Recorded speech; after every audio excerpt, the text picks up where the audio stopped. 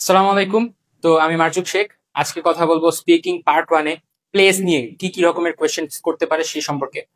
তো part 1 a place নিয়ে যখন কোয়েশ্চেন করে তখন আপনার মাথায় রাখতে হবে যে আপনাকে সবচেয়ে বেশি কোয়েশ্চেন করা হবে আপনার হোম টাউন সম্পর্কে বা এরকম কোন একটা জায়গা সম্পর্কে যেখানে আপনি গিয়েছিলেন এবং আপনার ভালো লেগেছে এরকম। তো যদি আপনাকে আপনার হোম টাউন নিয়ে কোয়েশ্চেন করে তাহলে প্রথমে প্রশ্ন করবে যে আপনি ওয়্যার ডু ইউ লিভ। তারপর আপনাকে কোয়েশ্চেন করবে যে do you like the place where you live. তারপর এটাও জিজ্ঞেস করতে পারে যে ওইখানে মানুষ কেমন, এখানে কোন কোন খাবার মানুষ পছন্দ করে খেতে। তাহলে তারপর ওইখানে আপনার পরিবেশটা কিরকম। তো আপনার এই জন্য আগে থেকে যদি জানা থাকে কিছু কয়েকটা ওয়ার্ড যেমন ওভার ক্রাউডেড, নয়েজি বা কাম, এরকম আপনি কিছু ওয়ার্ড আগে থেকে মাথার মধ্যে সেট রাখবেন, যখন আপনি প্রয়োজন তখন ইউজ করতে পারবেন। তো আসলে এই ব্যাপারটার সাথে আপনি ডিল কিভাবে করবেন, আপনি আগে থেকেই পরীক্ষা দিতে যাওয়ার আগে থেকে আপনি যখন প্র্যাকটিস করবেন তো আপনি নিজের পরিবেশ সম্পর্কে নিজের সম্পর্কে একটা ভালো আইডিয়া রাখবেন যে আপনাকে যদি কেউ বাংলায় জিজ্ঞেস করে তাহলে আপনি কিভাবে উত্তর দিতেন।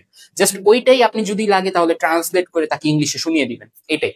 তো প্লেস নিয়ে আপনাকে আরো কিছু জিজ্ঞেস করতে পারে যে ওখানে লোকরা কিরকম ড্রেস ড্রেস আপ করে বা তাদের মেন পেশা কি, তারা কি করে জীবিকা নির্বাহ করে, এরকম অনেক জিনিস বলতে পারে। বা ফেমাস কোন জায়গাটা আছে আপনার ওই সিটিতে, আপনি এটা বলতে পারেন। যদি আপনি কক্সবাজারের কথা বলেন, আপনি যদি কক্সবাজারের হয়ে থাকেন তাহলে আপনি অবশ্যই সমুদ্র নিয়ে কথা বলবেন। আপনি ঢাকার হয়ে থাকলে ঢাকায় অনেকগুলো মসজিদ আছে এটা নিয়ে বলতে পারেন, বা স্মৃতিসৌধ আছে এগুলা নিয়েও বলতে পারেন।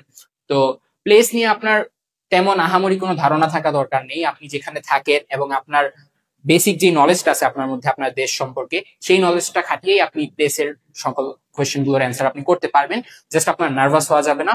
এবং কিছু মেইন মেইন কোয়েশ্চেন যেগুলো হতে পারে সেগুলো তো আমি বললাম, এগুলো ছাড়াও অনেক কিছু হতে পারে। বাট আপনি সেগুলো স্যাম্পল অ্যান্সার্স করে রাখতে পারেন, কিন্তু মুখস্থ করেন না, মুখস্থ করলে আপনি সমস্যায় পড়বেন।